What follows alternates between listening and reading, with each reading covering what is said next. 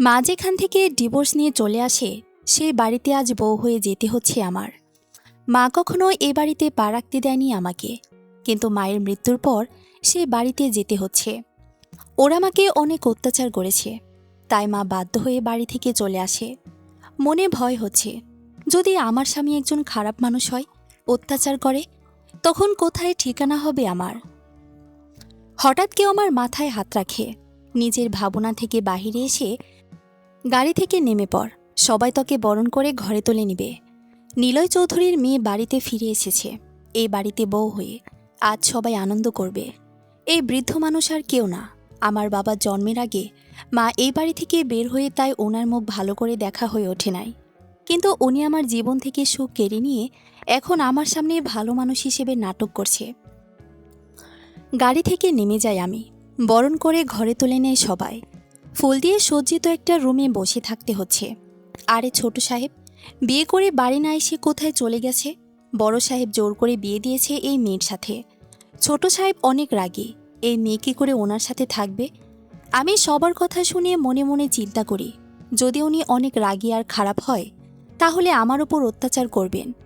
কিন্তু তোকে প্রতিবাদ করতে শিখতে হবে, আর এই বাড়িতে যে উদ্দেশ্য নিয়ে এসেছি সেটা পূরণ করতে হবে। তবে মেয়ে খুব সুন্দরী। ছোট সাহেব যেমন সুন্দর দেখতে, বউ তেমন দেখতে, একদম মানিক জোড়া, দারুণ মানাবে। শরীর বেশ খারাপ হয়ে গেছে। সকাল থেকে বিয়ে নিয়ে যা নাটক হয়েছে, যার সাথে বিয়ে হয়েছে তাকে এক নজর দেখার ভাগ্য হয়ে ওঠে নাই। আর এখন উনি কোথায় চলে গেছে কে জানে। চোখে ঘুম চলে আসে। সকাল হয়ে যায়, ঘুম থেকে উঠে পড়ি, কিন্তু ফোনের কথা বলতে শুনে পিছন ফিরে দেখি, সরি ফাহিম, কালকে একটু ঢাকার বাইরে যাই, সেজন্য মিটিং করতে পারি নাই। তবে আজকে ভুল হবে না, তুমি আবার আসতে হবে, সবাইকে বলে দাও। এই লোক আমার রুমে কি করছে? আপনি কে? আমার রুমে অনুমতি ছাড়া প্রবেশ করলেন, এত সাহস হয় কি করে? রুমে ঢুকতে হলে নক করে ঢুকতে হয়, জানেন না আপনি? আমি ফোন রেখে পিছনে তাকিয়ে দেখি একটা মেয়ে দাঁড়িয়ে আছে। খুব বেশি বয়স না, মনে হচ্ছে কলেজে পড়ে। যার সাথে বিয়ে হয়েছে তাকে দেখে অবাক হয়ে গেলে হবে। আবার সাহস, আমার অনেক ভবিষ্যতে আপনার সাহসের সাথে পরিচয় হয়ে যাবে। ও, তাহলে আপনিই সেই যার সাথে বিয়ে হয়েছে আমার। কালকে সারা রাত কোথায় ছিলেন আপনি? বাসরাতে নতুন বউকে রেখে প্রেমিকার সাথে সময় কাটাতে তার বাড়িতে রাত কাটিয়ে চলে আসলেন। বাহ, বিয়ের পরের দিন বউ হয়ে গেলেন দেখি। আর আমি যার সাথে ইচ্ছা তার সাথে সময় কাটিয়ে বাড়ি ফিরে আসি, সেই বিষয়ে আপনাকে ভাবতে হবে না। আমি শুধু বড় আব্বুর জন্য বিয়ে করেছি, আমার থেকে কোনো আশা করবেন না আপনি। শুনুন, আমি আপনাকে খুশি হয়ে বিয়ে করি নাই, বাধ্য হয়ে বিয়ে করতে হয়েছে। ভালো হয়েছে আপনি বিয়ে মেনে নেন নাই। যদি আপনি রাজি থাকেন তাহলে আমরা কয়েকদিন পর বিয়ে ভেঙে দিতে পারি। আমি রাজি, কিন্তু বিয়ে শেষ করতে হলে 6 মাস একসাথে থাকতে হবে, কারণ ডিভোর্স 6 মাস একসাথে না থাকলে হয় না। ঠিক আছে, 6 মাস একসাথে থাকতে রাজি আমি, কিন্তু একটা কথা মনে রাখতে হবে, প্রেমে পড়া বারণ। আমার আপনার মতো মেয়ের প্রেমে পড়তে বয়ে গেছে। যদি ফারিস ফারহান চৌধুরী ইচ্ছে করে তাহলে আপনার মতো 100 মেয়েকে প্রেমে ফেলতে পারে। আপনি 100 মেয়ে নিয়ে থাকেন বা 200 মেয়ে নিয়ে, সেই বিষয়ে কোনো মাথা ব্যথা নেই আমার। শুধু আমার থেকে দূরে থাকতে হবে, কথাটা মনে রাখতে হবে। আপনার কাছে থাকতে চাই না আমি। শুধু একটা কথা বুঝতে পারি না, আপনি বড় আব্বুর মেয়ে হয়ে এত খারাপ ব্যবহার করতে জানেন কেমন করে? শুনুন, জন্ম দিলে কেউ বাবা হয়ে যায় না, আর আমি ওনার কেউ হই না। শুধু ঘৃণা করি এই বাড়ি আর এই বাড়ির মানুষকে। আপনি কাকে ঘৃণা করেন সেটা আপনার বিষয়, কিন্তু আমি চাই আপনি আমাকে ঘৃণা করেন, আর এই 6 মাস আমার থেকে দূরে থাকবেন। আমার রাগ কিন্তু অনেক বেশি, তাই কোনো বিরক্ত করবেন না, মনে রাখবেন কথা সব। ঠিক আছে, মনে থাকবে। আমি আর আপনি বিবাহিত, কিন্তু আলাদা। ঠিক আছে। আমি ফ্রেশ হতে ওয়াশরুমে যাই। বাহিরে এসে দেখি মেয়েটা ঘরে নেই, মনে হয় বাহিরে গেছে। আমি খাবার খেতে নিচে যাই। আমি খাবার টেবিলে, সবাই বসে ওনার জন্য অপেক্ষা করছে। আমি নতুন বউ, তাই কাজ করতে হবে না, কিন্তু হাতে হাতে জরিনা খালার সাহায্য করি। খালা খুব ভালো, এবাড়ির কাজের লোক, কিন্তু সবাই ওনাকে খালা হিসেবে সম্মান করে। খাবার টেবিলে গিয়ে বসে পড়ি। বড় আব্বু আর মা বাবা অনেক সময় ধরে অপেক্ষা করছে। ফারিস, তোর আর আধার তো বিয়ে হয়ে গেছে, কিন্তু কোনো অনুষ্ঠান করা হলো না, তাই একটা ছোট অনুষ্ঠান করতে চাই। বড় আব্বু, তুমি বিয়ে করতে বললে, আমি সেটা মেনে নিয়েছি। এখন সবাইকে জানাতে হবে সেটা আমি মেনে নেব না। আর বিয়ে হয়েছে সেই বিষয়ে কেউ জানবে সেটা আমি চাই না, কারণ এই বিয়ে মেনে নিতে আমার একটু সময় লাগবে। তাই যখন সময় হবে তখন সবাইকে জানিয়ে দিও, কিন্তু এখন না, মানে না। আচ্ছা, ঠিক আছে, তোকে জোর করব না। আমি কিন্তু আধার এই শহরে নতুন, তুই ওকে কলেজে অ্যাডমিট করে দিতে যা। উনি ছোট বাচ্চা না, ওনাকে নিয়ে যেতে হবে। আর তুলি আছে, ওর সাথে চলে যাবে। আমার অনেক কাজ আছে, সবসময় তোমার মেয়েকে নিয়ে বসে থাকতে পারবো না। দয়া করে একটু শান্তি দাও বড় আব্বু। ফারিস, তুই জেদ করবি না। আর তোর কাজের জায়গা থেকে কলেজ খুব দূরে না। ঠিক আছে, তোমার যা ইচ্ছা তাই হবে। কিন্তু ফারিস ফারহান চৌধুরী লেট করা পছন্দ করে না, তাই তাড়াতাড়ি রেডি হয়ে গাড়িতে আসতে বলবে। আমি শুধু কথা শুনেই যাচ্ছি, ওনার সাথে যেতে হবে কালকে। কাজের মেয়ে সত্যি বলেছে, উনি অনেক রাগী। আমি রেডি হয়ে গাড়িতে বসে যাই, তুলিও আসে। তুলি আমার ননদ, বেশ ভালো মেয়ে। বিয়ের দিনেও ওর সাথে অনেক কথা হয় আমার, অনেক ভালো বন্ধু হয়ে যায়। ভাবি, তুমি আর ফারিস ভাইয়া পেছনে বসে যাও, আমি সামনে বসে যাই। তুলির মুখে ভাবি ডাক শুনে একটু অবাক হয়। আসলে এই ডাক আমার কাছে নতুন, তাই কিছু না বলে পেছনে বসে যায়। উনি চুপচাপ ফোনে নিউজ দেখছে। পুরো রাস্তায় অনেক মানুষ আছে, কিন্তু গাড়ির ভেতরে অনেক নীরবতা, মনে হচ্ছে এখানে কেউ নেই। আমি শুধু চুপচাপ বসে থাকি। যদি উনি বকা দেন তাহলে? তুলি, গাড়ি থেকে নাম, আমার একটু ওনার সাথে কথা আছে। তুই বাহিরে গিয়ে দাঁড়িয়ে থাক। উনি আমার সাথে কথা বললেন, শুনে ভয় করছে। আমাকে বকবে না তো? কিন্তু আমি ভুল কি করেছি সেটা বুঝতে পারছি না। এই মেয়ে শুনুন, কলেজে অ্যাডমিট হলে আপনি যে বিবাহিত সেটা বলতে হবে না।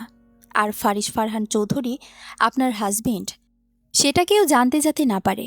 সবাইকে জানাতে হবে আপনি তুলির বন্ধু। ফারিস নাম ভুল করে নিজের মুখে আনতে যাবেন না, তাহলে খুব খারাপ হয়ে যাবে। আমি কোনো কথা না বলে মাথা নাড়িয়ে সম্মতি দেই, গাড়ি থেকে নেমে পড়ি। মনে হয় শ্বাস নিতে কষ্ট হচ্ছে। উনি বকা দেন নাই। তুলি দাঁড়িয়ে আছে, আমার কাছে আসে। তোমাকে কি ভাইয়া বকা দিয়েছে? আসলে ভাইয়া একটু এরকম, সবাই ভাইয়ার রাগ দেখে ভয় পায়। বাড়িতে শুধু বড় আব্বু ছাড়া কেউ ভাইয়ার সাথে কথা বলতে সাহস করতে পারে না। মা বাবা সবাই শুধু জরুরি কথা বলে। ও, তাহলে গাড়িতে তুমি তাই চুপ করে থাকলে? আমি মনে করেছি তোমার কথা কম বলা পছন্দ।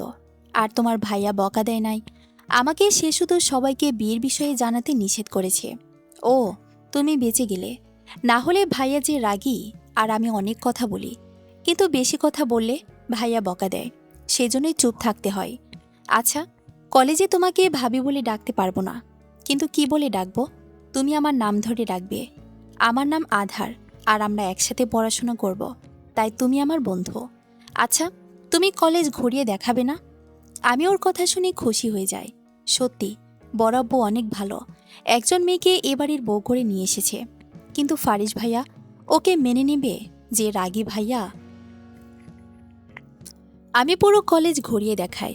কলেজ খুব সুন্দর পরিপাটি করে সাজানো দেখে পছন্দ হয়ে যায়। কিন্তু আচ্ছা, বড় আব্বু যদি ভালো হয় তাহলে বাড়ি ছেড়ে চলে গেছে কেন? সত্যি বড় আব্বু দোষ করেছে, না অন্য সত্যি লুকিয়ে আছে এর পেছনে? আধার সবার সাথে পরিচয় হয়ে নেয়। প্রথম দিন খুব সুন্দর করে কেটে গেল। ওর তুলি আর আধার বাড়ি ফিরে আসে, নিজের রুমে যায়। ফারিস বাড়ি ফিরে আসে নাই, তাতে আধার একটু শান্তি পেয়ে যায়, কারণ ফারিস থাকলে যদি বকে।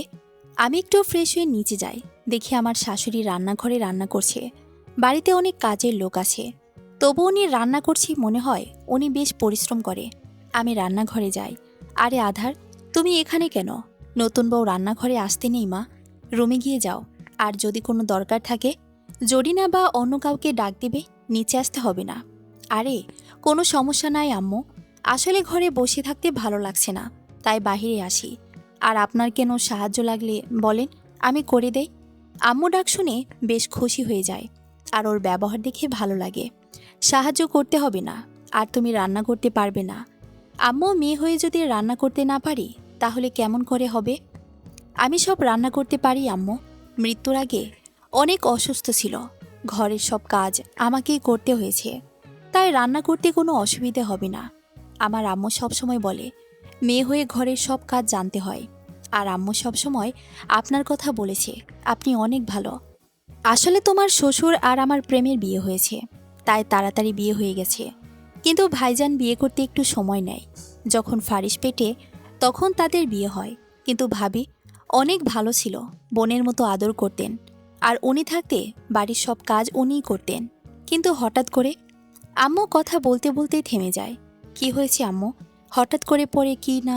পরে কিছু না, তুমি কফি তৈরি করে দাও, ফারিস চলে আসবে। ও কফি না পেলে রাগ করবে। আমি কফি রেডি করি, তখন উনি চলে আসে। আমি দেখি আম্মু আর সে মেয়ে রান্না করছে। দুইজন বেশ বন্ধু হয়ে গেছে মনে হয়। আর মা সবার সাথে খুব সহজভাবে মিশে পড়ে। আম্মু, জরিনা খালাকে দিয়ে রুমে কফি পাঠিয়ে দাও, মাথা ব্যথা করছে। আর যেন ডাকতে না হয়। এই যে ফারিস চলে এসেছে। বৌমা, তুমি কফি নিয়ে যাও, দেরি হলে রাগ করবে কিন্তু। আমি বাধ্য হয়ে কফি নিয়ে যাই। কি করব, মায়ের সামনে কিছু বলতে পারি নাই। কিন্তু কফি যদি ভালো না হয় তাহলে যদি বকা দেন। আমি রুমে যাই একটু ভয় নিয়ে, ওনাকে কফি দেই। এই নেন আপনার কফি। আমি হাত থেকে কফি নিয়ে খাওয়া শুরু করে দেয়। আজ কফি খেতে বেশ ভালো হয়েছে। এ বাড়িতে এত ভালো কফি কেউ বানাতে পারে না। তাহলে এই মেয়ে কফি তৈরি করেছে, কিন্তু কেন? আমি খুব ভালো করে কফি খাওয়া শেষ করলাম। একটু ভয় নিয়ে জিজ্ঞেস করি, কফি কি খেতে খারাপ হয়েছে? যদি খারাপ হয় আর কখনো নিয়ে আসবো না। আমি ওর কথা শুনে একটু হাসি। সকালে অনেক বলেছে মুখে মুখে, কিন্তু এখন ভয় পেয়ে বলছে। আমি কত রাগী তার সাথে পরিচয় হয়ে গেছে মনে হয়। কফি বেশ ভালো খেতে হয়েছে। রোজ যদি এরকম কফি তৈরি করেন তাহলে ভালো হবে। আর আমার অনেক রাগ, ঠিক আছে, কিন্তু বিনা কারণে বকা দিই না আমি। ওনার মুখে কফি ভালো হয়েছে শুনে খুশি হয়ে যাই আমি। কফি ভালো বানাতে পারি সেটা সবাই বলে, কিন্তু উনি যখন বললেন তখন অন্যরকম একটা খুশি হচ্ছে। যদিও এর কারণ জানা নাই, তবে লোকটা খুব খারাপ না, একটু ভালো আছে। কি হয়েছে আপনার? এখানে দাঁড়িয়ে না থেকে যান, পড়তে বসেন। কলেজে অ্যাডমিট হলে তো হবে না, মন দিয়ে পড়াশোনা করতে হবে। শুধু শুধু বড় আব্বুর টাকা খরচ হবে, এটাই আমি মেনে নিব না। এই কথা শুনে একটু রাগ হয়। শুনুন, আপনার বড় আব্বুর আমার পড়াশোনার জন্য কোনো টাকা দিতে হবে না। আমি নিজের খরচ নিজে চালিয়ে নিতে পারি। আর কলেজে অ্যাডমিট হলে পড়াশোনা করতে হয় সেটা আমি জানি, তাই ঠিক সময় পড়তে বসে যাব। বিকাল 6টার সময় কেউ পড়ে না নিশ্চয়ই। আর আমি যথেষ্ট টাকা রোজগার করি, তাই একদম খোটা দিয়ে কোনো কথা বলবেন না। বাহ, মেয়েটা দেখি বেশ কথা বলতে পারে। ফারিস চৌধুরীর মুখের ওপর কেউ কথা বলে না। আর এই মেয়ে বলল, আর কারো সম্মানে আঘাত লাগলে সে কথা বলবে। আমার একটু বুঝে কথা বলা উচিত ছিল। আচ্ছা ঠিক আছে, সরি, বুঝতে পারি নাই। কথা শুনে আপনি কষ্ট পেতে পারেন। আমি শুধু চাই আপনার পড়াশোনা ঠিক করে করেন। 6 মাস পরে যখন চলে যাব তখন এত আমার পড়াশোনা নিয়ে চিন্তা করে কি হবে? এ কথা বিড়বিড় করে বলে রুম থেকে বের হয়ে তুলে রুমে যায়। এই লোকটা আসলে একটা জঘন্য লোক আর অনেক খারাপ মানুষ। আরে ভাবি, তুমি এখানে বাহিরে দাঁড়িয়ে কেন? রুমে আসো। আর কাকে বিড়বিড় করে গালি দিলে? আর কাকে গালি দিব? তোমার ভাইকে। আচ্ছা, উনি এমন কেন? এই মনে হয় ভালো, ঠিক তখন আমাকে ভুল প্রমাণ করে দেয় একটা জঘন্য লোক উনি। আরে ভাইয়া একটু এরকম, সবার সাথে ঠিক ফ্রি না, কিন্তু তুমি অনেক লাকি। ভাইয়া তোমার জামাই, কারণ ভাইয়া রাগী কিন্তু খারাপ না। সহজে কাউকে ভালোবাসে না, কিন্তু যদি একবার কাউকে ভালোবাসে তাহলে অনেক যত্ন নেয়। শুনে তোমার ভাইয়া কেমন সেটা জেনে কোনো কাজ নেই আমার। উনি একটা জঘন্য লোক সেটা আমি জানি। আচ্ছা, একটু গল্প করি, আর মাগরিবের আজান দিলে নামাজ পড়তে বসে যাব। আচ্ছা ঠিক আছে, আমরা অনেক গল্প করি। আজান দিলে ভাবি চলে যায়, আমি পড়তে বসে যাই। আমি রুমে চলে আসি অজু করতে। ওয়াশরুমে চলে যায় বের হয়ে, নামাজ পড়তে বসে যায়। উনি কোথায় সেটা দেখি নাই, মনে হয় ছাদে গেছে। অবশ্য ভালো হয়েছে। আমি রুমে আসি দেখি মেয়েটা নামাজ পড়ছে হিজাব পরে। কোনো মেয়েকে এত সুন্দর লাগতে পারে সেটা জানা ছিল না। মেয়েটি কিন্তু খারাপ না। বড় আব্বুর মেয়ে ভালো হতে হবে, কিন্তু বড় আব্বু আমার সাথে বিয়ে দিয়ে ভুল করে ফেলেছে, কারণ আমি অনেক খারাপ। আচ্ছা, 6 মাস পরে চলে যাবে, তাই এর মেয়ের প্রতি দুর্বল হলে চলবে না। ফারিস রুমে এসেছে টুপি নিয়ে মসজিদে নামাজ পড়তে যাবে, কিন্তু আধারকে দেখে সব ভুলে গেছে, তাই টুপি নিয়ে বাহিরে চলে যায়। অন্যদিকে আধার নামাজ শেষ করে টেবিলে যায়, বই বের করে। আসলে সে ডাক্তার হয়ে নিজের মায়ের স্বপ্ন পূরণ করতে চায়, কিন্তু সে একজন ডিজাইনার, সেটা কেউ জানে না। ওর মা ডিজাইন করা পছন্দ করে না, তাই মাকে লুকিয়ে এই কাজ করে। ওর একটা অফিস আছে, কিন্তু সেটা কেউ জানে না। একজন মানুষ ছাড়া সেটা কে পরে জানা যাবে। আমি পড়াশোনা করতে থাকি। ছোটবেলা থেকে আমি খুব মেধাবী। সব ক্লাসে প্রথম হয়ে অনেক পুরস্কার আছে আমার। ভালো রেজাল্ট করে মেডিকেলে খুব সহজে চান্স পেয়ে যাই আমি। পড়াশোনা করতে থাকি, তখন উনি রুমে আসলেন। কোনো কথা না বলেই মনোযোগ দেয়। প্রায় 3 ঘন্টা পড়াশোনা করি। আজ কলেজে প্রথম দিন, তাই একটু চাপ কম। নিজের ডিজাইন খাতা বের করে আঁকা শুরু করি। 7 দিন একটা কোম্পানির সাথে ডিল আছে, কিন্তু আমি বিজি থাকবো, তাই আমার পেয়ে যাবে। আমি দেখি মেয়েটি খুব মনোযোগ দিয়ে কি করছে, আর একটু ভাবুক হয়ে কাজ করছে। আসলে মেয়েটা অদ্ভুত না ফারিস? তুই একদিনে এই মেয়েকে অনেক আপন করে ফেললি। তুই ওর থেকে দূরে থাকবি, 6 মাস পরে ও চলে যাবে, মনে রাখবি। এই ফারিস, তুই আর আধার নিচে চল, খাবার খেতে হবে, সবাই অপেক্ষা করছে। মায়ের ডাকে নিচে চলে যায় সবাই, খাওয়া শুরু করে দেয়। এই মেয়ে, একটু জরিনা খালাকে সাহায্য করতে থাকো। আসলে এই বাড়িতে পুরুষ মানুষ আগে খাবার খাওয়া শুরু করে, পরে সবাই খাওয়া দাওয়া শেষ করে নিজের রুমে চলে যায়। আমি রান্নাঘরে যাই, সেখানে খালা কাজ করছে। আমি একটু সাহায্য করতে থাকি। সব কাজ শেষ হলে নিজের রুমে যাই। উনি টেবিলে বসে কিছু কাজ করতে থাকেন। হঠাৎ রুমে সেই মেয়েকে দেখি। একটু রাগ করেছে মনে হয় কথা শুনে। কোনো কথা না বলে আবার কাজে ফোকাস করি। এই ফারিস ফারহান চৌধুরী একটু আগে অনেক কথা শুনিয়ে দিয়েছে। একটা জঘন্য লোক উনি।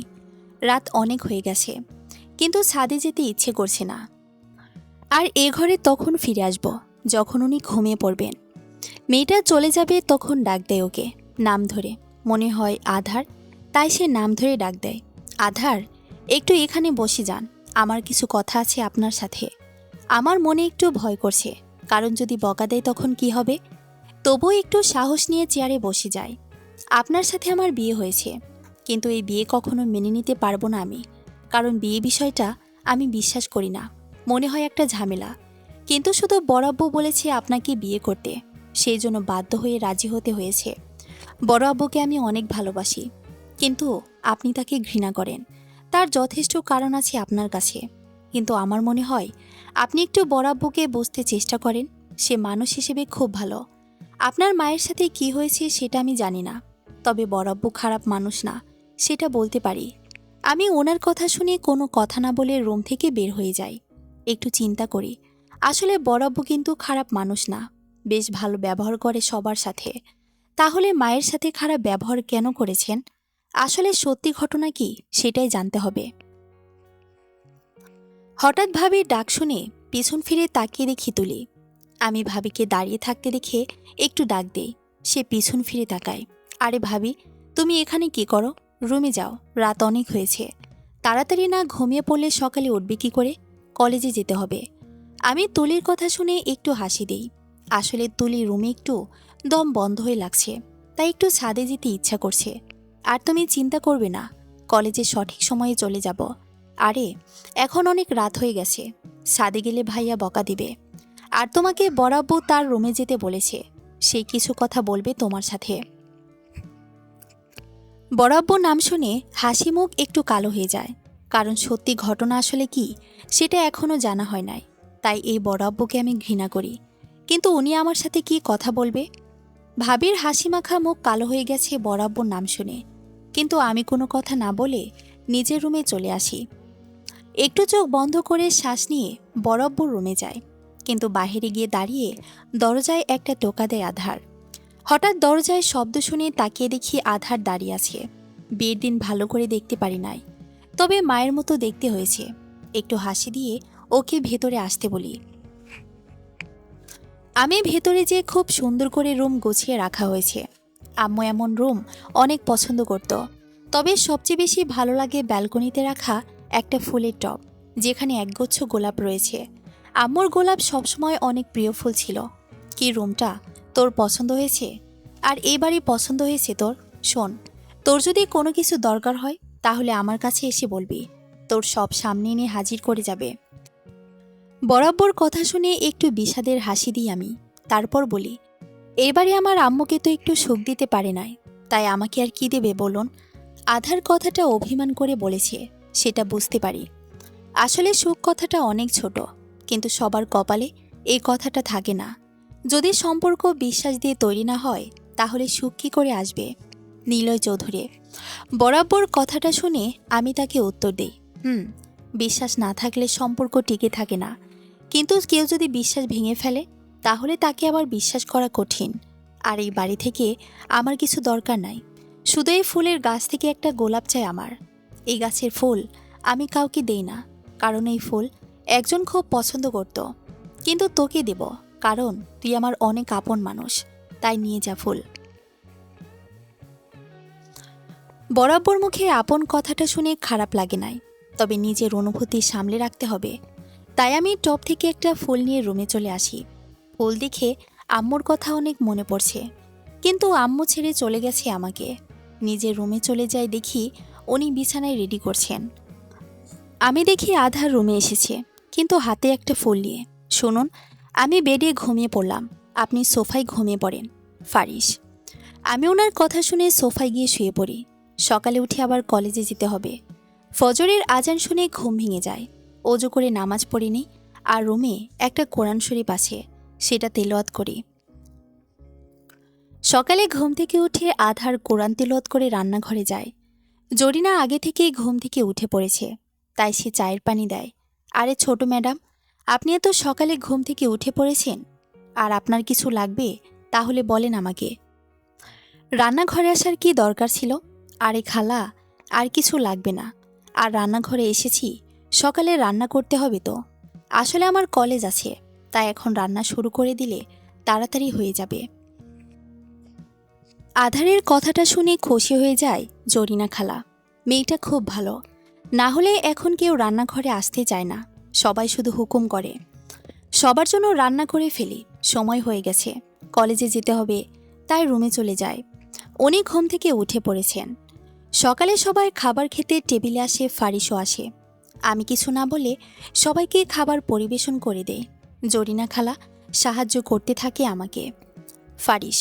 বরাব্ব, আজকে আমার জরুরি কিছু কাজ আছে, সেই জন্য তাড়াতাড়ি যেতে হবে। আধার আর তুলে একসাথে কলেজে চলে যাবে বাড়ির গাড়ি করে, আমি যেতে পারবো না। নিলয় চৌধুরী। আচ্ছা ঠিক আছে, তোকে যেতে হবে না, ওরা চলে যেতেই পারবে। আধার। ফারিসের কথা শুনে একটু খুশি হয়ে যায়। উনি না গেলে একটু আনন্দ করতে পারবো গাড়িতে, তবে উনি গেলে খারাপ হবে না, লোকটা এত বেশি বকাও দেয় না, হয়তো ওনার সত্যি জরুরি কিছু কাজ আছে। ফারিস। খাবার খাওয়া শেষ করে রুমে চলে আসি। একটি রেডি হয়ে নিচে যায়, মেয়েটা আবার খেতে বসেছে। আমার সাথে যেতে হবে না এই কথাটা শুনে মেয়েটা মনে হয় বেশ খুশি হয়েছে, যদিও মুখ দেখে মনে হচ্ছে না। আমি কিছু না বলে বাড়ি থেকে বের হয়ে কাজের জায়গায় চলে যাই। আধার। খাবার খাওয়া শেষ করে রেডি হয়ে আমি আর তুলি কলেজে চলে যাই। সেখানে ক্লাস শুরু হয়, সবাই পড়াশোনা করছে। 1 ঘন্টা পর ম্যাডাম ক্লাস থেকে বের হয়। তুলি। কলেজে আধারকে ভাবি ডাকতে পারবা না, তাই নাম ধরেই ডাকি। আধার, তোমাকে ইংরেজি বিভাগের নীরব স্যার ডেকে পাঠিয়েছেন, এক্ষুনি যেতে বলছে, কিছু কথা বলবে তোমার সাথে। তুলির কথা শুনে অনেক ভয় করছে আমার, কারণ আমি এই কলেজে নতুন। স্যার আমাকে হঠাৎ ডাকলেন, কেউ কি কোনো অভিযোগ করেছে আমার নামে? আরে আধার, তাড়াতাড়ি যাও, স্যার অনেক রাগী, দেরি করলে বকা দিতে পারে, যাও। আমি কি করব? একটু সাহস নিয়ে স্যারের অফিসের সামনে যায়। দরজায় একটা টোকা দেই, স্যার আসতে পারি? আধার, ভেতরে আসো, এখানে বসে যাও, তোমার সাথে কিছু কথা আছে আমার। আধার। আমি একটু অবাক হয়ে যাই স্যারের মুখে নিজের নাম শুনে। কলেজে আমি নতুন, কেউ আমার নাম জানে না, তাহলে স্যার কি করে জানে উনি কি আমার পরিচিত? নীরব। আমার মুখে তোমার নাম শুনে অবাক হয়ে গেলে, তাই না? আসলে আমি তোমার মায়ের একজন ছাত্র, তোমার ফাইল একটু চেক করছিলাম, সেখানে তোমার মায়ের নাম দেখে বুঝতে পারি তুমি ম্যামের মেয়ে। স্যারের কথা শুনে একটু খুশি হয়, আসলে মা একজন শিক্ষক ছিলেন। স্যারের সাথে অনেক কথা বলি, মনে হয় স্যার মাকে অনেক সম্মান করে। ক্লাস শুরু হয়ে যাবে তাই রুমে চলে আসি। কি হলো, আধার স্যার তোমাকে কি বকা দিয়েছে? নীরব স্যার অনেক রাগী, কারোর সাথে ভালো ব্যবহার করে না। আধার। আরে তুলি, তুমি চিন্তা করো না, স্যার আমাকে বকা দেয়নি, স্যার আমার মায়ের ছাত্র, তাই আমার সাথে কিছু কথা বললেন মায়ের বিষয়ে। ও তাই, তাহলে তুমি বেঁচে গেলে। স্যার অনেক রাগী, কলেজে সবাই অনেক ভয় পায় তাকে। আচ্ছা ঠিক আছে, চলো ক্লাস শুরু হয়ে যাবে। কলেজ শেষ করে বাসায় ফিরে আসতে যাব, তখন তুলির ফোনে একটা কল আসে। ওর বন্ধুর মা অনেক অসুস্থ, ওকে যেতে হবে। আধার, তুমি গাড়ি নিয়ে বাসায় চলে যাও, আমাকে নিধির মাকে হাসপাতালে নিয়ে যেতে হবে। আরে তুলি, তোমার গাড়ির দরকার, কারণ নিধির মাকে গাড়ি করে হাসপাতালে নিয়ে যেতে হবে। তুমি চিন্তা করো না, আমি রিক্সা নিয়ে যেতে পারবো। তুলি, আরে একদম না, ভাইয়া যদি জানতে পারে তাহলে অনেক বকা দিবে আমাকে।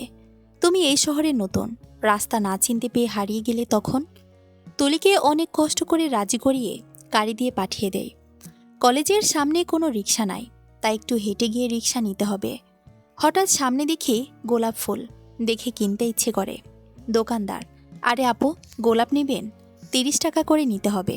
আমি গোলাপ নিয়ে একটু হাঁটতে থাকি। এমন সময় দেখি এই জায়গায় অনেক গন্ডগোল হচ্ছে। একটু ভয় পেয়ে যায়, আর সামনে কোনো রিক্সাও নাই। কি করে যাব বাসায়? ফারিস, আধার, আপনি এখানে কি করেন? হঠাৎ পেছনে কারো ডাক শুনে তাকিয়ে দেখি উনি মানে ফারিস। আমি ওনাকে জিজ্ঞেস করি, আপনি এখানে কি করেন? আধার উত্তর আগে আমি জানতে চাই, তুলি কোথায়? আর আপনার গাড়ি কোথায়? আধার, আসলে হঠাৎ করে তুলির বন্ধুর মা অসুস্থ হয়ে যায়, তাই সেখানে যেতে হয়েছে গাড়ি নিয়ে। আমি হেঁটে বাড়ি ফিরে যাব, কিন্তু রাস্তায় গন্ডগোল হচ্ছে। আচ্ছা ঠিক আছে, আপনি আমার সাথে বাসায় চলুন। আচ্ছা, এখানে এমন গন্ডগোল হচ্ছে কেন? সবাই মারামারি করছে। ফারিস, আসলে ওদের এমপিকে নিয়ে কেউ খারাপ কথা বলেছে, তাই এমন করছে। পুলিশকে ফোন করে ডাকা হয়েছে, তারা চলে আসবে। আধার, হঠাৎ খেয়াল করি একটা পাথরের টুকরো ফারিসের দিকে ছুটে আসে। আমি ওনাকে সরিয়ে দিয়ে সেটা হাত দিয়ে ধরে ফেলি। আরে আধার, আপনার কি হয়েছে? আপনার হাত তো লাল হয়ে গেছে, ব্যথা করছে। আসলে পাথরটা হঠাৎ করে হাতে লাগে, তাই একটু লাল হয়ে গেছে। ফারিস আমাকে ওনার গাড়িতে নিয়ে বসিয়ে দেন। ফারিস, আমি ওনার হাতে মলম লাগিয়ে দিই। হাত অনেক লাল হয়ে গেছে। মেয়েটা আমাকে বাঁচাতে নিজেকে কষ্ট দিয়েছে। আধার, সব হয়েছে এমপির জন্য। এই শহরের এমপি আসলে অনেক খারাপ দলের লোকদের ঝগড়া করতে দিয়ে উনি কোথায় চলে গেলেন? এই পাথর ওনার শরীরে ছোড়া উচিত, বজ্জাত এমপি। আধারের কথা শুনে সামনে থাকা ড্রাইভার পেছনে তাকায়। আসলে আধার জানে না এই শহরের এমপি আসলে কে। ফারিস মুচকি এসে আধারকে জিজ্ঞেস করে, এই শহরের এমপি আসলে কে সেটা আপনি জানেন না? বড়ব্বু আপনাকে বলে নাই? ফারিসের কথা আধার বুঝতে পারে না, কারণ এই শহরের এমপিকে সেটা বড়ব্বু আধারকে কেন বলবে। তাই সে ফারিসকে বলে, বড়ব্বু আমাকে এমপির বিষয়ে কেন বলবে? আর এই শহরের এমপিকে সেটা জেনে আমি কি করব? তবে এমপি আসলে একটা বজ্জাত। আমার মতো একটা ভালো মেয়ে এমপির জন্য ব্যথা পেয়েছে, তাই এই এমপির কখনো ভালো হবে না। বিয়ের পর বউ ছাড়া হানিমুনে যেতে হবে, তখন বুঝতে পারবে ব্যথা কাকে বলে। ফারিস ওর কথা শুনে মুচকি হাসে, কারণ সত্যি এমপিকে বউ ছাড়া হানিমুনে যেতে হবে, কারণ এমপি বিয়ের বিষয়ে বিশ্বাস করে না। আবার আধারের অভিশাপ, বেচারা এমপি।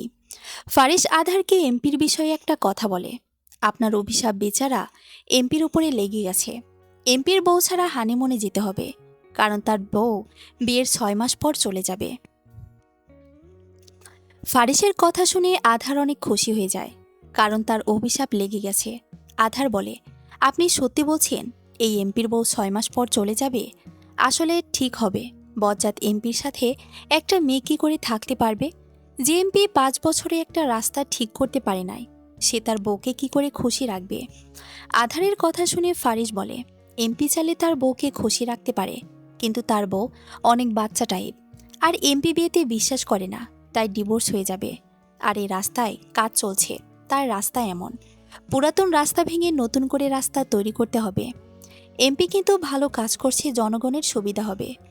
আধার ফারিসের কথা শুনে দেখে ফারিস ভুল কিছু বলছে না, রাস্তায় কাজ চলছে। এমন মনে হচ্ছে তাহলে কি এমপি খারাপ মানুষ না, সেটা ভাবে। তারপর আধার বলে, ঠিক আছে, এমপি খারাপ মানুষ না, কিন্তু ওনার জন্য আমি হাতে ব্যথা পেয়েছি, তাই আমার কাছে উনি খারাপ, অনেক খারাপ মানুষ, বেটা একটা বজ্জাত।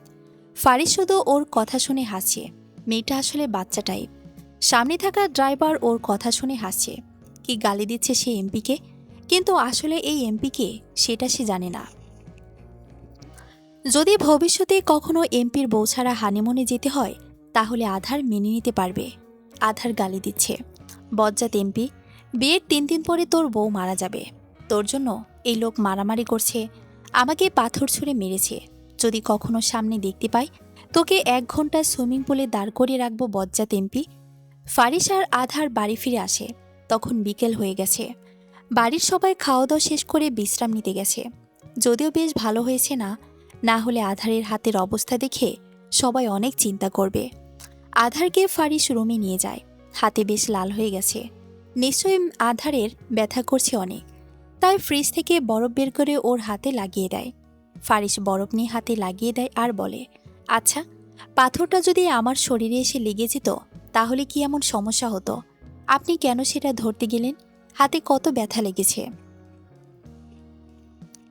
ফারিসের কথা শুনে বিষাদের একটা হাসি দিয়ে আধার বলে, ফারিস, আপনি আর আমি এই বিয়ে মেনে নিতে পারবো না। 6 মাস পর আমাদের ডিভোর্স হয়ে যাবে, কিন্তু এখনও ডিভোর্স হয়ে যায়নি, তাই আমার স্বামীকে সব বিপদ থেকে বাঁচিয়ে রাখা আমার দায়িত্ব। আমার পাথরটা অনেক বড় ছিল, যদি আপনার কোনো বড় বিপদ হয়ে যেত। আধারের মুখে স্বামী কথা শুনে কেমন একটা আজব অনুভূতি হলো, যদিও কেমন সেটা ভালো না খারাপ সেটা ফারিস জানে না। তবুও ফারিস বলে, আমি যেমন এই বিয়ে মেনে নিতে পারবো না, আপনিও মেনে নিতে পারবেন না, তাহলে আমার বড় বিপদ হলে আপনার কষ্ট হবে কেন? ফারিসের কথা শুনে আধার একটু শ্বাস নিয়ে বলে, আমার কষ্ট হবে না, কিন্তু এই পরিবারের হবে। আর আমি যদি পাথরের আঘাতে মারা যাই তাহলে কেউ কাঁদবে না আমার জন্য, কিন্তু আপনার কিছু হয়ে গেলে সবাই ভেঙে পড়বে। এই পরিবার আমার আপন না, কিন্তু রক্তের সম্পর্ক আছে তাদের সাথে, আর আপনার কিছু হয়ে গেলে আমার কথাটা বলে থেমে যায়। আধারের কথা শুনে ফারিস কিছু বলতে যাবে, তখন ওর ফোনে কেউ কল দেয়। হ্যালো এমপি স্যার, যারা পরিষদের সামনে গন্ডগোল করেছে তাদের ধরতে পেরেছি, আপনাকে আসতে হবে।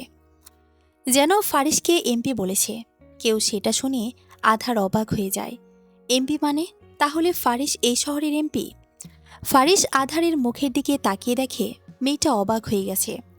ফারিস একটু হেসে পুলিশকে বলে, আচ্ছা ঠিক আছে, আমি রাতে আসব, এখন একটা কাজে বিজি আছি, পরে ফোন করে কথা বলছি আপনার সাথে, বাই। ফারিসের ফোন রাখা শেষ হলে আধার জোরে কান্না করতে থাকে। কান্না কম করছে, চিৎকার বেশি করছে। কান্না করতে থাকে আর আধার বলতে থাকে, আপনি কি করে এটা করতে পারলেন আমার সাথে? আপনার যখন বউ আর বাচ্চা আছে তাহলে আমাকে বিয়ে করলেন কেন? 6 মাস আপনার বাচ্চাদের সাথে একটা সতীনের সংসার করতে পারবো না আমি। আধারের কথা শুনে ফারিস অবাক, তার বাচ্চা আর বউ আছে, কিন্তু সেটা সে নিজেও জানে না। আর এই মেয়ে যে জোরে কান্না করছে, পুরো বাড়ির মানুষ চলে আসবে মনে হয়। আধারকে ধমক দিয়ে ফারিস বলে, আমার কোনো বউ আর বাচ্চা নাই, আপনি এসব কি বলছেন? আর আমি বিয়ের বিষয়ে বিশ্বাস করি না সেটা আপনি জানেন। আধার আরও জোরে কান্না করতে থাকে আর বলে, আপনার যদি বউ আর বাচ্চা না থাকে তাহলে এমপি কি করে হতে পারলেন আপনি? নিশ্চয়ই আপনি বিবাহিত। ফারিস একটু বিরক্ত হয়ে বলে, আচ্ছা, কেউ বিয়ে না করলে কি এমপি হতে পারে না? বিয়ের সাথে এমপির কি সম্পর্ক? ফারিসের কথা শুনে কান্না থামিয়ে আধার বলে, আসলে আমাদের শহরে যারা এমপি হয়েছে তাদের সবার বউ আর বাচ্চা আছে, কোনো এমপি এমন নাই যার বউ আর বাচ্চা নাই। ছোটবেলা থেকে খুব শখ ছিল এমপির সাথে প্রেম করব, কিন্তু সব এমপি বিবাহিত ছিল, তাই আমি মনে করেছি বিয়ার বাচ্চা না থাকলে এমপি হতে পারে না কেউ। আধারের কথা শুনে ফারিস হাসবে না কাঁদবে সেটা বুঝতে পারে না। সত্যি বিয়ে না করলে এমপি হওয়া যায় না। বরাব্বু, তুমি কার সাথে বিয়ে দিলে? এই মেয়ে তো আসলে একটা বাচ্চা মেয়ে। ফারিস, এই 6 মাস তোকে আর কি শুনতে হবে কে জানে। আধার হাতে ব্যথা পেয়েছে আর সারাদিন ক্লাস করে টায়ার্ড হয়ে যায়, তাই একটু খাবার খেয়ে ঘুমিয়ে যায়। রাতে ঘুম থেকে উঠে দেখে ফারিস ঘরে নাই। সে একটু ছাদে যায়, সেখানে গিয়ে আকাশের দিকে তাকিয়ে আধার বলে, আম্মু, আজকে তোমার কথা অনেক মনে পড়ছে। তোমার আর বাবার ডিভোর্স হয়ে যায় তখন আমি পেটে, আমার জন্ম হলো, কিন্তু বাবাকে সেটা জানতে দাও নাই। সংসার চালাতে তুমি স্কুলে চাকরি করতে, টিউশনি করতে, জীবনে অনেক কষ্ট করতে হয়েছে তোমার, কিন্তু কখনো আমাকে কিছু বুঝতে দাও নাই। হঠাৎ আধারের ফোনে একজনের কল আসে। সে রিসিভ করে ফোনের ওপাশ থেকে কেউ বলে, আধার, তোর সাথে কোনো খারাপ কিছু করেছে ওই পরিবার? নীল চৌধুরী কি তোর উপর অত্যাচার করেছে? আর তোর স্বামী কোনো খারাপ ব্যবহার করছে তোর সাথে? আসলে এই লোকটা আধারের মামা। ফোন হাতে নিয়ে সব কথা শুনে একটু হাসি নিয়ে আধার বলে, মামা, আমার সাথে কেউ খারাপ কিছু করে নাই, আর আমি ঠিক আছি, তোমাকে কোনো চিন্তা করতে হবে না। আসলে এই দুদিন একটু কলেজে অ্যাডমিট নিয়ে বিজি থাকতে হয়েছে, তাই ফোন করতে পারিনি, সরি। আধারের ঠিক আছে সেই কথা শুনে ওর মামা একটু শান্ত হয়। দুদিন ফোনে কথা না বলতে পেরে অনেক চিন্তা করেছে। ওর মামা বলে, তোর জন্য চিন্তা না করে কি করব? এই পরিবার আমার বোনকে কেড়ে নিয়েছে, ওর ওপর অত্যাচার করেছে। অহির জন্য ভাই হয়ে কিছু করতে পারি নাই, কিন্তু মামা হিসেবে তোর জন্য যা করা দরকার তাই করব। আর এই নিলয় চৌধুরী খুব খারাপ মানুষ। আধার মামার কথা শুনে বুঝতে পারে সেই পরিবারকে কত ঘৃণা করে। আসলে মায়ের সাথে যা করেছে তার জন্য ঘৃণা করা দরকার সবাইকে। মামার কথা শুনে তার বেশ ভালো লাগে, কারণ এই পৃথিবীতে মামা ছাড়া কেউ নাই তার। মামাকে বলে আধার, মামা, তোমার মনে আছে যখন আমার 15 বছর বয়স তখন মা মারা যায়? এই পৃথিবীতে কেউ ছিল না আমার, তখন তুমি তোমার বাড়িতে আশ্রয় দিলে। ডিজাইন করা আমার অনেক পছন্দ, তাই তোমার অফিসে আমাকে বসতে দিলে, পড়াশোনা করতে দিলে। মামা, তুমি না থাকলে হয়তো না খেয়ে মারা যেতাম আমি। আধারের কথা শুনে তার মামা একটু হাসে। আসলে মামা আধারের জন্য কিছু করে নাই, সব নিজের যোগ্যতা দিয়ে করেছে সে। মামা বলে, অহির ডিভোর্সের পর ওকে আমার বাড়িতে থাকতে বললে সে এখানে থাকবে না জানিয়ে দেয়। কারণ তোর মা কারো বোঝা হতে চায় না, সে নিজে অনেক কষ্ট করেছে, কিন্তু কখনো আমার কাছে টাকা চায় নাই। যখন তোর মা মারা যায় তখন তোকে এই বাড়িতে নিয়ে আসি আমি, কিন্তু তুই তোর মায়ের মতো কারো উপর বোঝা হয়ে থাকবে না। যখন জানতে পারি তোর ডিজাইন পছন্দ তখন আমার অফিসেই তোকে কাজ দেই, কিন্তু সেই অফিস থেকে শুধু নিজের বেতন নিয়ে সব টাকা আমার অ্যাকাউন্টে জমা করে দিলি। আর বাড়িতে থাকতে দিয়েছি সেজন্য বাড়ির সব কাজ তুই করে নিজের খাওয়ার টাকা শোধ করে দিলি। আধার ফোনে মামার কথা শুনে বুঝতে পারে মামা উপকারের কথা কখনো মেনে নেবে না, তাই সে কোনো কথা বলে না। মামি আর পরিবারের সবার সাথে কথা বলে আধার। রাত হয়ে গেছে, পড়াশোনা করতে হবে, নিজের রুমে যায়। সেখানে গিয়ে দেখে তুলি বসে আছে। আধার বলে, আরে তুলি, তুমি এখানে? তোমার বন্ধুর মা ঠিক হয়েছে? আধারের কথা শুনে তুলি ওর কাছে যায়। তারপর ওর হাত দেখে অবাক হয়, কারণ অনেক লাল হয়ে গেছে, মনে হয় ভীষণ ব্যথা পেয়েছে। আধারের জন্য ওর একটু খারাপ লাগে, তাই তুলি বলে, সরি আধার, আমার জন্য তুমি কত ব্যথা পেলে। আমি যদি গাড়ি নিয়ে না যেতাম তাহলে এত সমস্যা হতো না। বিশ্বাস করো, আমার জানা ছিল না পরিষদের সামনে মারামারি হবে, তাহলে তোমাকে একা রেখে কোথাও যেতাম না, সরি। তুলির মুখের দিকে তাকিয়ে দেখে মেয়েটা কান্না করে দেবে এমন হয়ে গেছে মুখ। আসলে ওর কোনো দোষ নাই, সব হয়েছে ওর ভাইয়ের জন্য। বেচারি মেয়ে শুধু কষ্ট পেয়েছে। তুলির হাত ধরে আধার বলে, আরে তুমি নিজেকে দায়ী করবে না তুলি, তোমার কোনো দোষ নাই। রাস্তায় হঠাৎ গন্ডগোল হয়েছে, আর যদি গাড়ির মধ্যে থাকতাম তাহলে ওরা গাড়ি ভেঙে ফেলতে পারত। তাই তোমাকে অনেক ধন্যবাদ, গাড়ি তুমি নিয়ে গেলে, না হলে বড় সমস্যা হতে পারত। তাই কোনো সরি না, আমার তোমাকে ধন্যবাদ দিতে হবে। আধারের কথা শুনে তুলি খুব খুশি হয়ে যায়। তার জন্য আধারের কোনো সমস্যা হয়নি সেটা জেনে একটু নিজেকে শান্ত করতে পেরেছে। তুলি বলে, কিন্তু তাহলে ভাইয়া আমাকে বকা দিল কেন? আমাকে 1 ঘন্টা কান ধরে দাঁড় করে রেখেছে, আর বলেছে আমাকে একজন টাকলার সাথে বিয়ে দেবে। আচ্ছা তুমিই বলো, আমার বর যদি টাকলা হয় সকলের সামনে কি করে মুখ দেখাবো আমি? প্রচুর বকা দিয়েছে। তুলির কথা শুনে অনেক রাগ হচ্ছে ফারিসের ওপর। নিজেকে কি মনে করেছে ভুল করবেন উনি, আর বকা দিবে তুলিকে? আজ বাড়িতে ফিরে আসতে দেন এমপি সাহেবকে, তারপর দেখাবো বকা কাকে বলে। ফারিস থানায় যায় অপরাধী কারা তাদের দেখতে। পুলিশ অফিসার ফরিদ হোসেন সেখানে তার জন্য অপেক্ষা করছেন। পুলিশকে দেখে ফারিস বলে, অফিসার কিছু বলেছে কেন ওরা পরিষদের সামনে গন্ডগোল করেছে?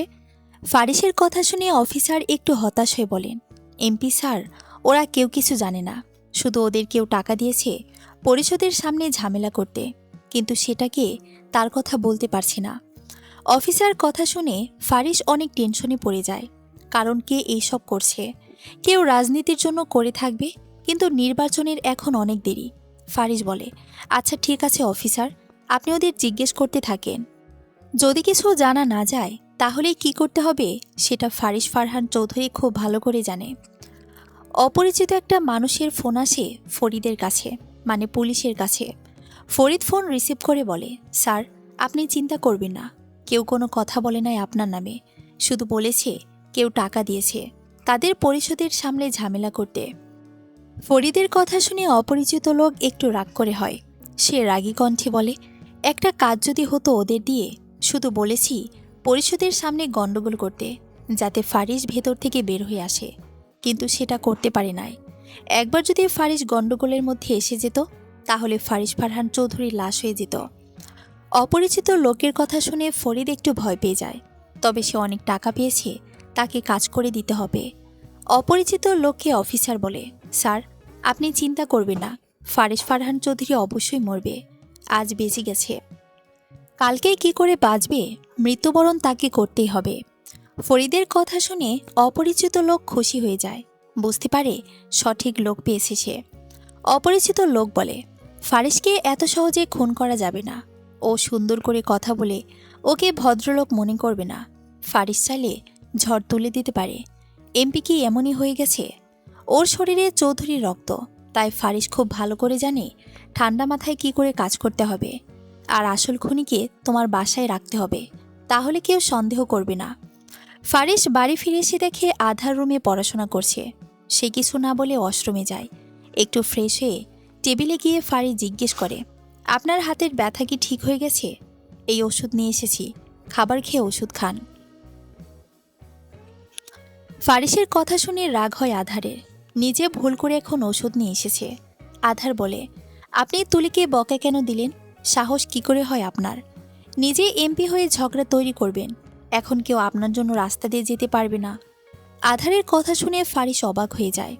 এই মেয়েটা তার সাথে এভাবে কথা বলছে, সাহস হয় কি করে ওর?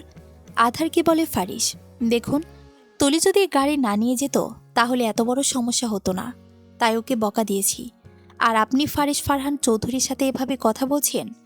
আধার এবার অনেক রেগে যায়, লোকটা কত খারাপ, নিজে অন্যায় করেছে আবার অন্য কাউকে বকা দিবে, আর ওনাকে কিছু বলতে পারবো না।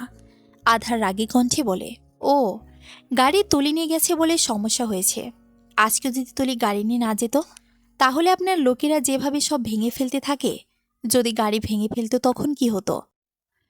নিজে এমপি হয়ে শহর সামলাতে পারে না, আসছে অন্য কাউকে বকা দিতে।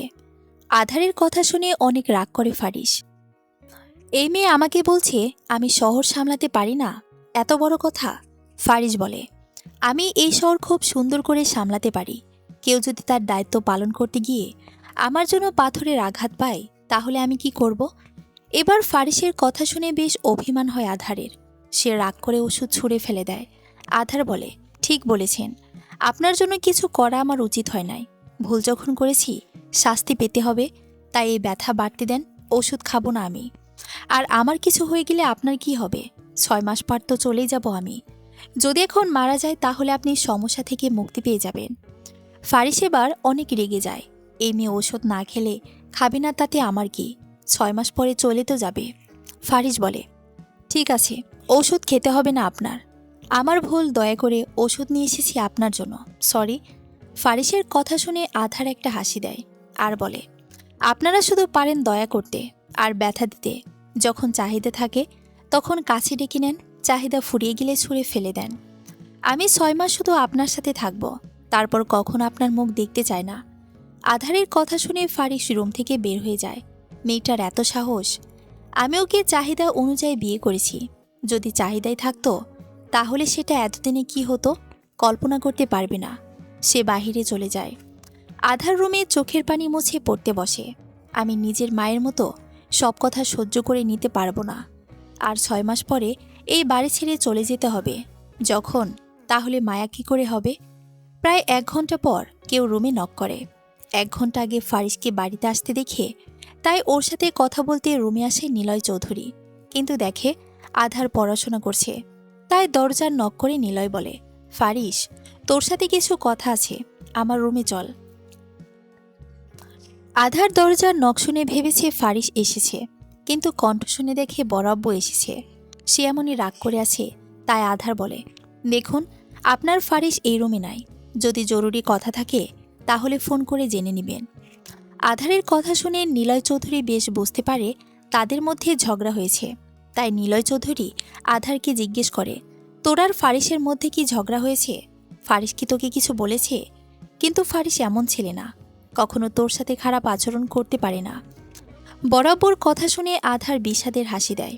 আধার বলে, যে মানুষ নিজের বউয়ের সাথে খারাপ আচরণ করে তাকে গর্ভবতী অবস্থায় বাড়ি থেকে বের করে দেয়। তার ভাইয়ের ছেলে নিজের বউয়ের সাথে কি করে ভালো ব্যবহার করবে?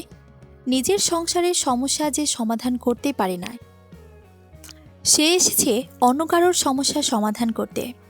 আধারের কথা শুনে নিলয় চৌধুরীর অনেক কষ্ট হয়েছে। সব কথা বুকে এসে বেঁধে যায় তার। সে কিছু বলতে যাবে, তখন আধার দরজা বন্ধ করে দেয়। চোখে জল নিয়ে রুমে চলে আসে। আধার কিছু না বলে দরজার সাথে পিঠ ঠেকিয়ে দাঁড়িয়ে আছে, চোখ দিয়ে কান্না করছে। নিজের মায়ের ছবি হাতে নিয়ে বলে, আম্মু, আজকে আমি খুব খারাপ ব্যবহার করেছি সবার সাথে, তাই না? কিন্তু ওরা যা করেছে সেটা কি ঠিক? তুমি যখন অসুস্থ ছিলে তখন যদি ভালো চিকিৎসা হতো তাহলে তুমি আমাকে ছেড়ে চলে যেতে না। এই চৌধুরী বাড়ির বউ হয়ে তুমি বিনা চিকিৎসায় মারা গেলে, তাদের কি শাস্তি দরকার না? আর এই বরাব্ব এত বছর আমাদের খবর নেন নাই, কিন্তু এখন সব ভালোবাসা কোথা থেকে আছে? উনি তোমার খুনি আমার কাছে, আম্মু। রাত 12টা বাজে। আধার দরজা খোলা রেখে ঘুমিয়ে পড়েছে। রাতে খাওয়া দাওয়া করে নাই। সবাই অনেক বলেছে, কিন্তু সে একটা দানা মুখে দেয় নাই, আর তাই ওষুধ খেতে পারে নাই। ফারিস রাতে বাড়ি ফিরে আসে, রুমের দরজা খোলা দেখে ভেতরে ঢুকে যায়। দেখে আধার ঘুমিয়ে আছে। হাতের লাল ভাব একটুও কমে নাই, বরং ফুলে গেছে। ফারিসের এবার রাগ উঠে যায়। সে আধারের হাত টান দিয়ে তাকে তুলে নেয়। হঠাৎ হাটে টান অনুভব করে ঘুম ভেঙে যায় আধারের। চোখ খুলে দেখে ফারিস। রাগে ফারিসের চোখ লাল হয়ে গেছে।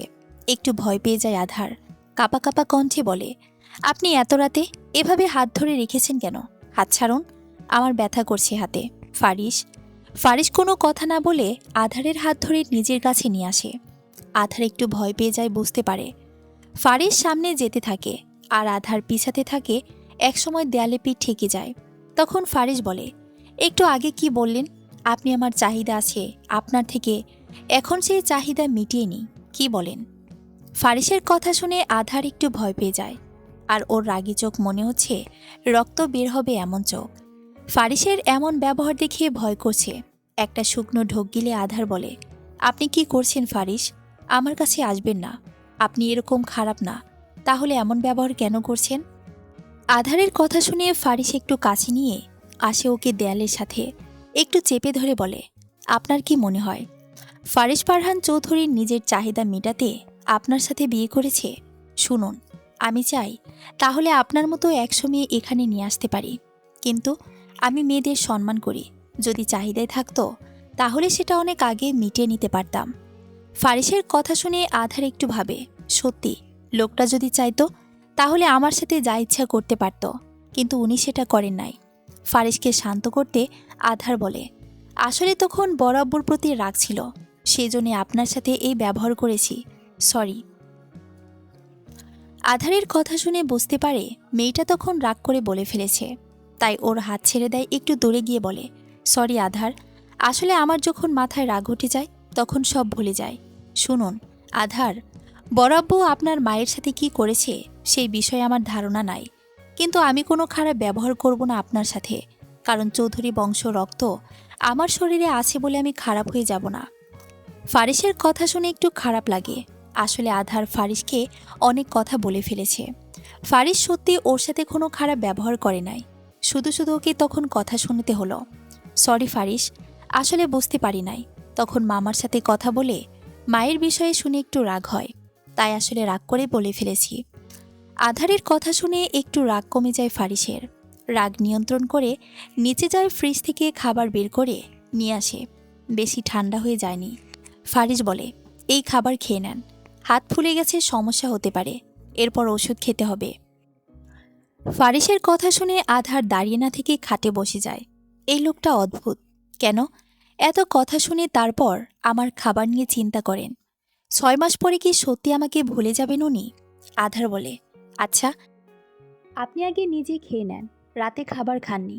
তাছাড়া এ বাড়িতে পুরুষ না খেলে মহিলা খেতে পারে না, খেয়ে নেন।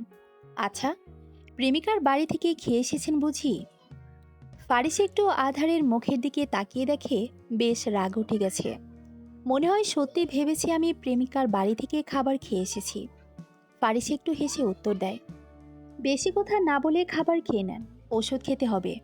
আর মাথার মধ্যে এসব আজব চিন্তা না রেখে ঠিক করে পড়াশোনা করেন, আমি পরে খাবার খেয়ে নিব। ফারিসের কথা শুনে আধার খুশি হয়ে যায়, কারণ ফারিস প্রেমিকার বাড়িতে যায়নি। তবে একটু খারাপ লাগে, কারণ ফারিস খাবার খেতে পারে নাই। আধার বলে, আপনি আগে খাবার খান না, না হলে আমি খেতে পারবো না। আমি ওনার মুখে খাবার তুলে দিই, যদিও চামচ ধরতে একটু অসুবিধে হচ্ছে। আধারের খাবার খেয়ে নেয় ফারিস, না হলে এই মেয়ে খাবার খাবে না। ফারিস বুঝতে পারে চামচ ধরতে আধারের একটু সমস্যা হচ্ছে, তাই চামচ নিয়ে ওকে খাইয়ে দেয়। ওষুধ না খেয়ে হাত ফুলে গেছে। সবসময় বাচ্চাদের মতো না করে নিজের দায়িত্ব নিতে শিখেন, না হলে 6 মাস পরে আপনার খেয়াল রাখবে কি শুনি? ফারিসের কথা শুনে একটু মন খারাপ হয়ে যায়, তবুও সত্যি মেনে নিতে হবে। তাই আধার বলে, আরে, তখন আপনার মতো এরকম একজন ফারিস ফারহান চৌধুরী খুঁজে নিয়ে বিয়ে করে ফেলবো। আর আপনিও একটা ভালো মেয়ে রেখে বিয়ে করবেন, যে বাচ্চা হবে না, নিজের দায়িত্ব নিজে নিতে পারবে। আচ্ছা, 6 মাস পরে কি আপনি বিয়ে করে নেবেন আরেকটা? ফারিস একটু হাসে, কারণ সে বিয়েতে বিশ্বাস করে না। আর আধারকে দেখার পর বিয়ে করতে আরও ইচ্ছা করে না, কারণ একটা বাচ্চা বউকে নিয়ে সারা জীবন চলা সম্ভব না। তাই ফারিস বলে, না, বিয়ে করতে পারবো না, কারণ বিয়ে বিষয়ে আমি বিশ্বাস করি না। আর একটা বউ নিয়ে যে ঝামেলা, আরেকটা বিয়ে করলে সেই বউ কেমন হবে সেটা বুঝতে পারছি না। ফারিসের মুখে বউ কথা শুনে খুশি হয়ে যায় আধার, আর ফারিস আর বিয়ে করবে না জেনে আরও খুশি হয়ে যায়। খাবার খেয়ে ঘুমিয়ে পড়ে। ফজরের আজান দিয়েছে, নামাজ শেষ করে রান্নাঘরে যায়, সবার জন্য চা রেডি করে। জরিনা খালা কাজে সাহায্য করে নিজের রুমে চলে আসে, দেখে ফারিস রেডি ঘুম থেকে উঠে পড়েছে। আধার বলে, আপনার কফি নিয়ে এসেছি, যদি সময় হতো কফি না খেতে পারেন তাহলে আবার বকা দিবেন, তাই কফি খেয়ে নেন। আধারের কথা শুনে কফির কাপ হাতে নেয় আর ফারিস বলে, শুনুন, এই ফারিস ফারহান চৌধুরী সবাইকে শুধু শুধু বকা দেয় না, কেউ যদি কাজে ফাঁকি দেয় তাহলে তাকে বকা দিতে হয়, কিন্তু আপনাকে এখনো বকা দেওয়া হয় নাই। তাই এরকম কাজ করবেন না যাতে বকা খেতে হয়। চলবে গল্প চোখের তাড়াতই, প্রথম পর্ব। পরবর্তী পর্ব পড়ার আমন্ত্রণ রইল। ধন্যবাদ সবাইকে।